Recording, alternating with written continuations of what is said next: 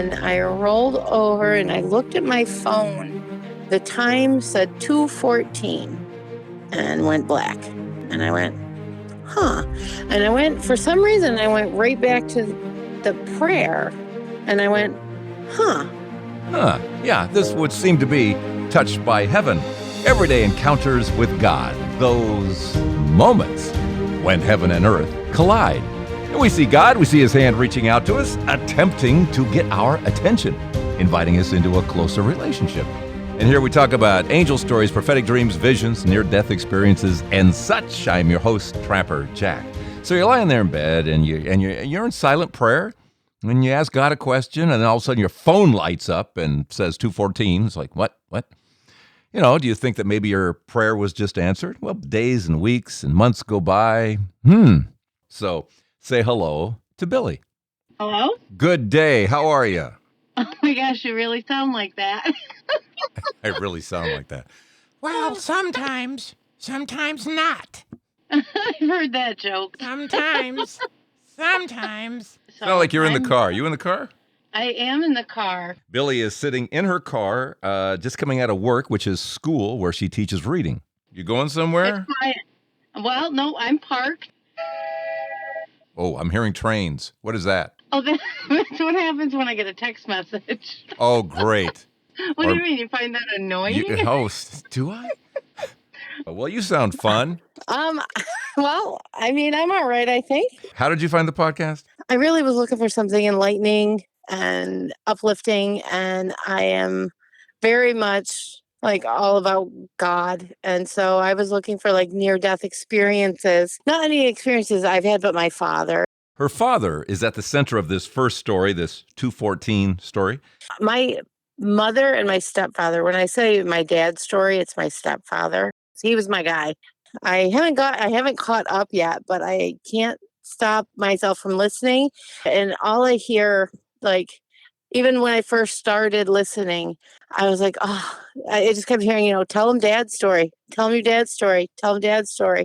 He's Catholic. Mom is Episcopalian. They don't go to church. But when they got married, I was around 10, and we were put into a Catholic school. My mother didn't want us to go into the public school. So that got me actually curious. So it was actually quite a blessing. It's funny that, this must happen to you all the time. You start talking and people think of things while you're talking. I remember when I was up on the altar and we were getting baptized, I remember this moment, this moment of change. I felt something physically. I just was like, oh, that was the Holy Spirit. Can you describe it? I kind of can, because I still get it. It's almost like down my arms. There's like, how you get your hairs stand up on end? Yeah. Like a chill almost, Okay. Yeah. All right. Yeah. Where are we going next? So my stepfather, I never called him my stepfather. He jumped in and took the reins, and I'm so grateful that God put him in our life, But he was one that inspired me. He was a faithful, prayerful person, and he actually helped me with my faith so much. He spoke to us about how he had basically died and, went to heaven when he was 19.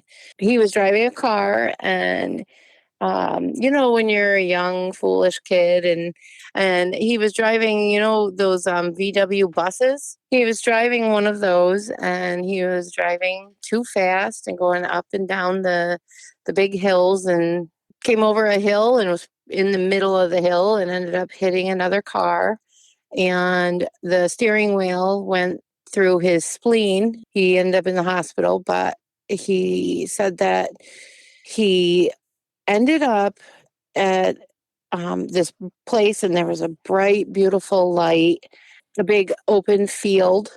On the far end of a field, he could see people, but he couldn't tell who they were.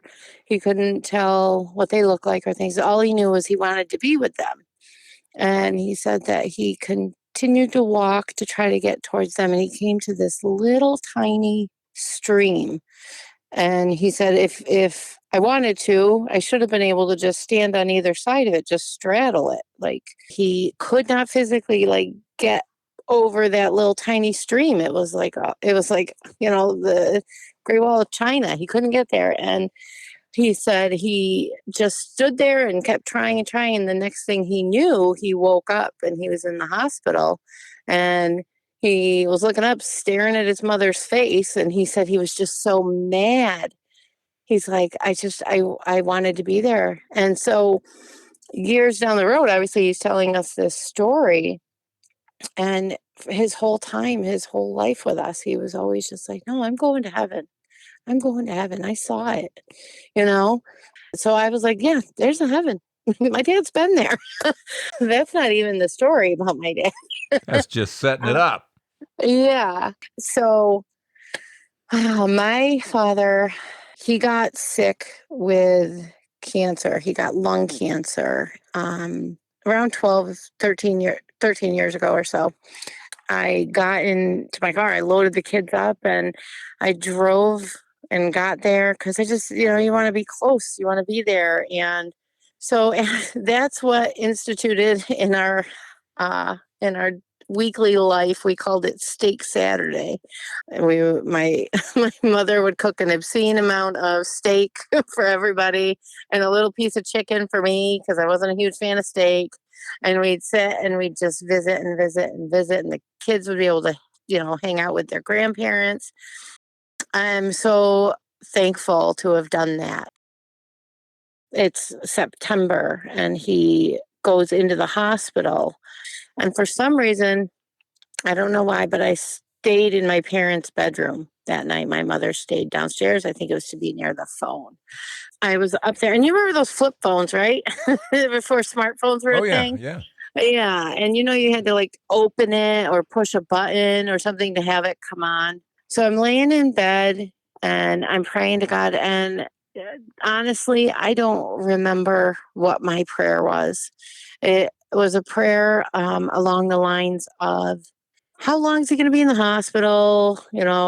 How it was a how long kind of question. I don't remember what I asked, but I know it was a how long-ish kind of thing.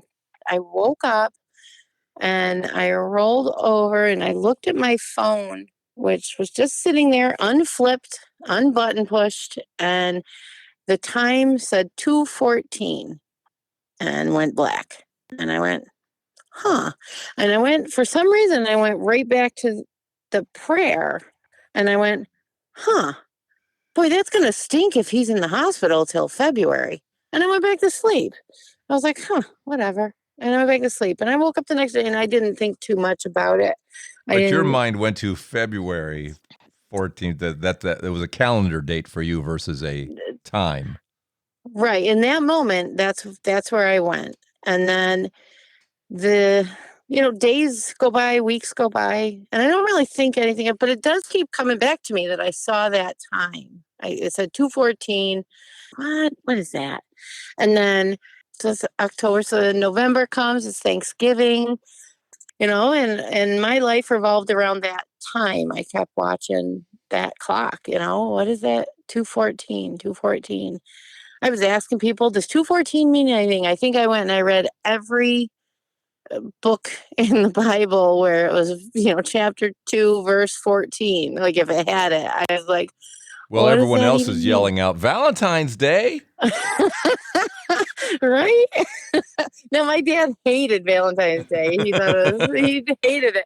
And he was actually a pharmacist. And so every Valentine's Day, he would walk by a card section and he'd never buy my mother a card. And he'd look at her and he'd say, listen, go pick out a nice one, read it, think of me, and put it back.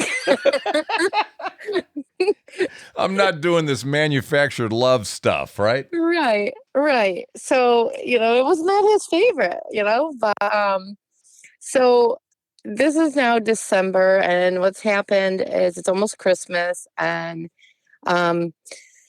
At this point, he's come home. He was on hospice care. And when February hit, I just went, oh my goodness, it's February. So I tell my mother, I'm like, listen, this keeps coming back to me. I don't know what it is, but so everybody knows, like it just keeps coming back to me. And I have a sister that's in Florida, and I called her. Do you think it's going to happen then? I just go, well, I don't think I can guarantee it. Like if you want to get on a plane and come, I can't guarantee that like within that time frame. I can't tell you anything. I don't know anything. I just know 214 was lit up. Helped her to make that choice to come home, and she was grateful.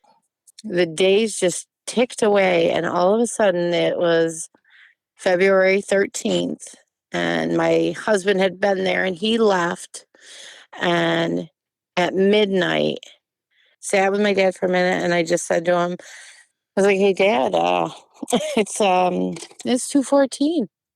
It turned 214, and um, I was kind of like, but I didn't want to. I didn't want to like leave him, and so we kind of did a couple things. But around 1 o'clock or so, 1 in the morning, I went and I sat with him. My mom decided she was going to go lay down and go to bed, and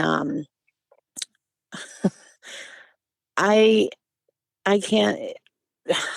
God's timing is God's timing, and at 2:14 a.m., my father started to die.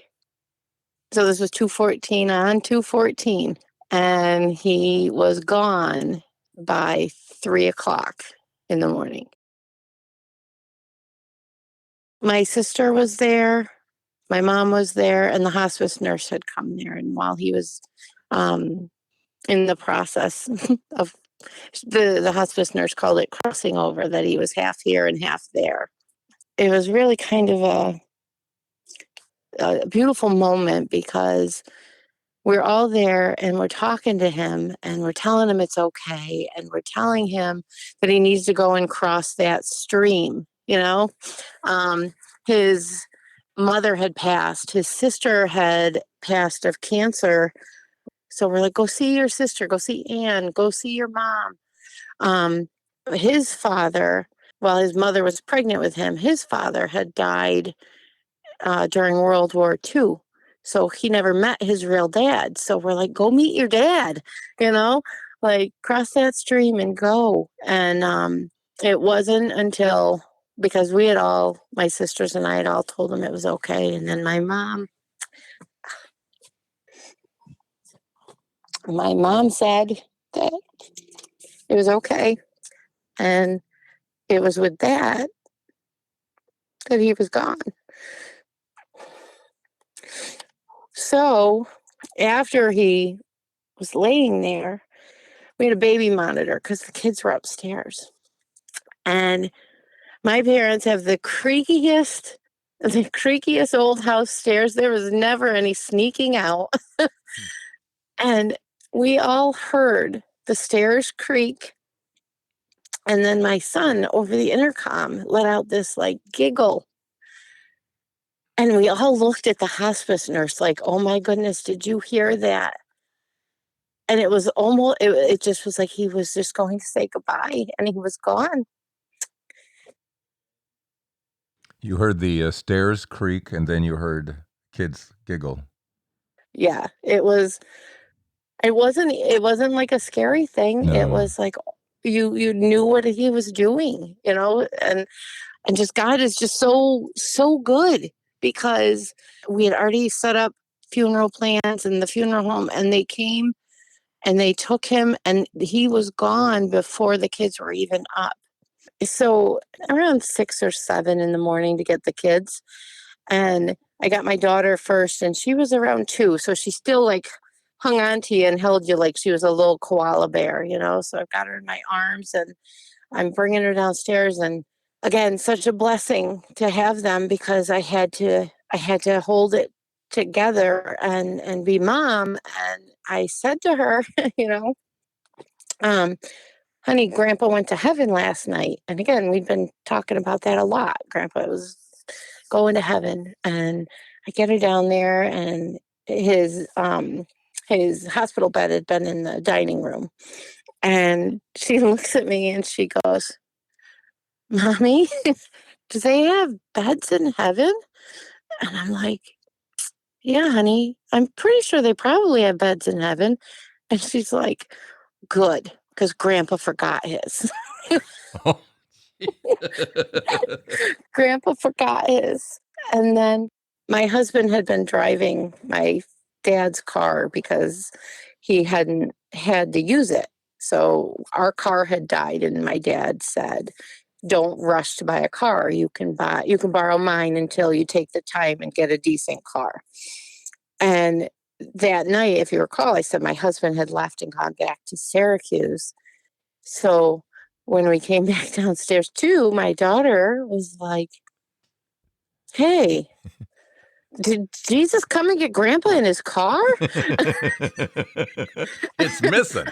Right, it's not there. So we totally had to jump on that and be like, no, Daddy has it. That's out of the mouths of babes, huh? Right. So it was just an awesome story. And my dad always, anytime I'd come to visit and see him, he'd be like, hey, you got any stories? You got any stories? What do you got? You got news? What? He always loved, and he's got like the best story ever. And if you ask my husband, it's pretty sweet. He took out Valentine's Day. Yep. Yeah. Which is just a little icing on the cake for him. Yep. My dad would have been totally cool with that. Go to the store, read a card, and think of me. Thank you very much. Yeah. You got it. Here you are, and you're just and how often do people say, well, how long do I still have him? When's he going to pass? How and in the moment you turn over, you look at your phone, and he's telling you. It's lit up. It shouldn't be lit up unless somebody's calling you, right? Or something like that, right? You do something to make it light up, right? Right. And it lights up for you, tells you, and it comes true, which tells you that as you're thinking it, no matter what we're thinking, God is totally plugged in. He hears every thought, every prayer, everything, every thought, good, bad, and ugly. And there he is hearing you. Wakes you up a little bit, nudges you a little bit, has you turn over, see it, and then at the end of that to confirm, yep, that's the date, that's the time. Yeah. Well, that's just God saying, hi, I'm right here, and always I'm right here for everybody. Right. So whether or not we experience that ourselves, we experience it through you, that he's listening to everything. Yeah.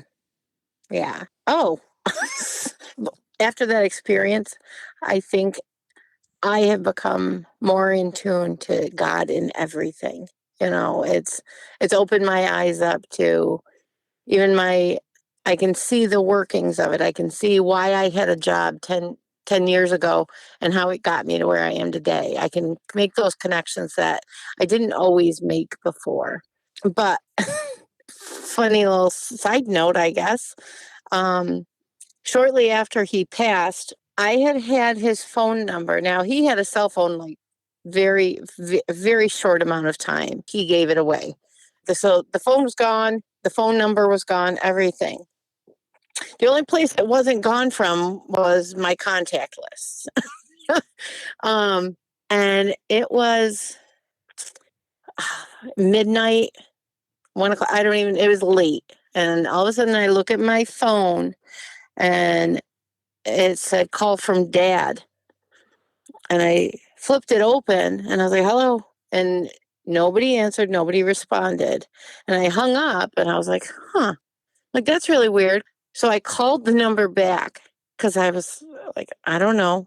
I'm going to call. And I called it back and it was somebody in Minnesota. And they had the phone number because I said, is this the phone number? And they're like, yeah. And I said, did you call me? and, they said no, we didn't, because it was late. So it sounded like I might have woken them up, but they're like no. So that was a kind of an interesting thing that happened. Again, And God just being God, right? yeah. Giving you a bit of reassurance. I got him. He's good. Mm-hmm. Okay, so when my dad died, being lowered into the ground, I'm like, that is the last moment I will lay eyes on that person, right? Okay, and in my ear, I hear, but that's not going to be the last time you see him. And I went, oh, oh, yeah. Oh my gosh, right? My faith, that's not the last time I'm going to see him. That's So, great. do you have time for another story? For you, Billy. For you, sitting in your car. Sure. But first, let's pause right about here. Quick Patreon shout out. Thank you so much, Tracy Haley. Tracy Haley, thanks so much for joining our Patreon family and keeping all of this going. We thank you for coming here to touchbyheaven.net. And right to this episode would be good. And just click your way through or go to patreon.com and search for Trapper Jack. You truly, with your stories and with your financial support, there's an episode here every week. So thank you for that. Thanks. And in particular, you, Tracy, just your shout out right here. All right, now let's get back to Billy. All right. Well, my actual name is Billie Joe, so middle name's Joe. But my father's name is William, and that's obviously where Billy comes from. And my mother is her middle name is Joe, so I got Billie Joe. There's got to be. Do you remember Petticoat Junction? Oh my gosh, Billie Joe, Betty Joe, Bobby Joe, Petticoat Junction. Way back when. I've heard many people yell at me, Petticoat Junction. I also get like Billie Joe McAllister. Yeah, jumped off the song? Tallahatchie Bridge. Yeah, so I get that one, and now I get when I like leave my name to do a takeout order or something, I'll get like Billie Eilish. Right. All right. Your next story. You had some stories on there about miscarriages. Oh my gosh, Trapper! You just okay. See all the doors that come flying open. See. So I know, like it's October on where I'm listening, but yeah, you're listening at October a year ago is what you're listening to, right? Okay. Right. But I'm plugging away. I can't wait to hear how your trip went. Oh, we didn't go. Kidding. Oh my gosh. We went twice. But anyway, you'll get there. Nice. Oh, spoiler. Yeah, spoiler alert. Spoiler alert. Go ahead. I'll pray that you get to go someday. Yeah, I hope we can go sometime. Yeah. You had some episodes of miscarriages and things like that. And it's so wonderful that people are willing to share that, So in between my daughter and my son, we experienced a miscarriage, and just heart wrenching and sad, and the fact that I hadn't even told anyone yet. So when I had to tell my mom, I had to say I was pregnant. Just awful, and I remember I didn't want to tell anybody. I didn't want to talk about it because that used to happen in the olden days, and it never had, something's got to be wrong with me and things like that. So I found that as I opened up that and I spoke to that a little bit, it's very common. It happens a lot. And because people don't talk about it, nobody knows that it's. What is it? Isn't it something like a third of the pregnancies, fourth to a third? I mean, it's a high number. Right. Pregnancies. So the last episode that I'd heard about it, someone was talking, and I wish I remembered all their names, but they had said something about naming the babies. Yes. And my husband and I were at dinner. I said, gosh, I don't want March 7th to come around and us to not think about that there was a baby, And he's like, why would you want to like think about such a like awful feeling and such a bad thing that happened? I said, no, I don't want to think like that. I said, but the baby happened, right? And that's exactly what you were talking about. And the other one was that baby was God's, right? Like he or she was there, right? And I'm not even joking. During this meal, he goes, well, what do you want to do? You want to name it? And I go, yes. And So I don't know which one of us said it, but we decided to name him or her Zoe. Okay. Could go either way. And yeah, it was just gonna be, yeah, right. It was just gonna be Zoe. And we're like, okay. So I've always just said our Zoe. And I gotta tell you, that was the most helpful and just healing thing, because it made that baby a person. It made that, because we never got to hold Zoe, but it made it real, and it made it not not forgettable, right? That's And beautiful. No, that is yeah, absolutely beautiful. And now you know you'll be reunited with Zoe at some point. Yeah. oh my goodness, right. So my brother got, my brother didn't get pregnant. His wife got pregnant. Good and choice on their part. Yeah, Yeah. right. Good plan. So my son was born in December, and then they had their baby in May. You ready for this God confirmation? My brother named his daughter Zoe. Without knowing, without And knowing I your looked at story. my mother and I said, "Did you tell him?" And she's like, "No, I didn't tell him." And I'm like, "Oh my goodness." Like, right? Like, I just was so like affirming. Like, go up there and hang out and play with grandpa until we get there. It's just a beautiful way to think about it, and makes it so it's not it's all good. God's got all of them. It's good. And yeah, that's good. I am just so grateful for every aspect of my life, good, bad, indifferent, those bored days, those bad days. I I fall on God always. Like those days where you got to drive into work, and um it's not going to be a great day, but you sit there and you pray, and he's in every aspect of life. And if people would open their eyes, and if people would talk to him, like, he just flows in everything. I drive to work every day, and he smiles at me through the sunrise.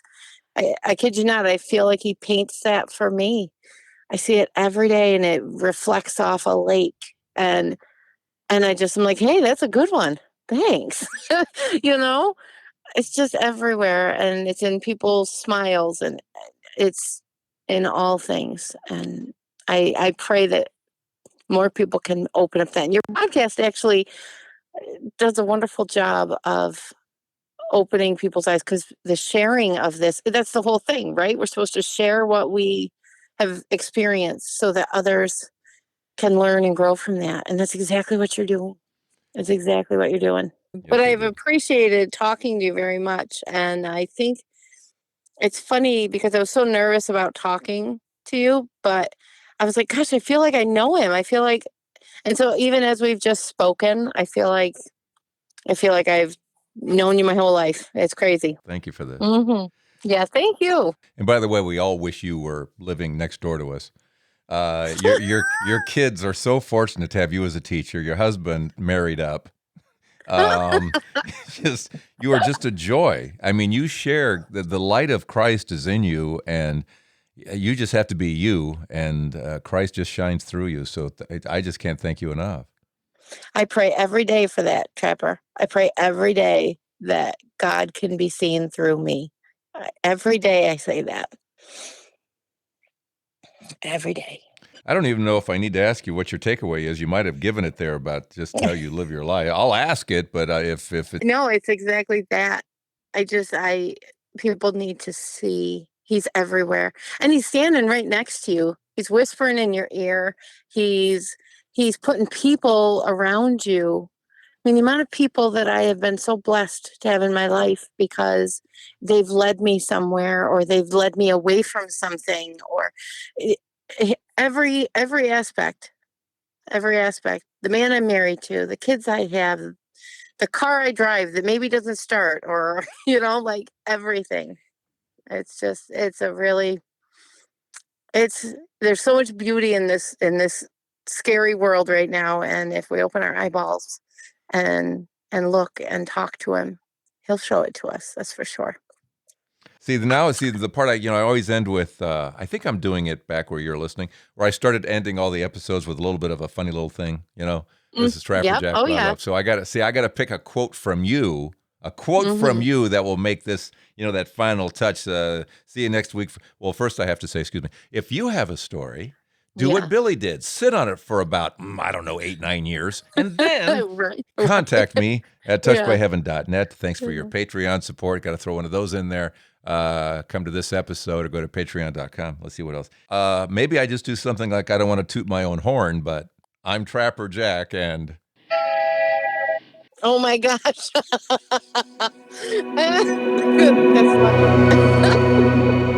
Hey, and I'm really sorry you didn't get to make your trip.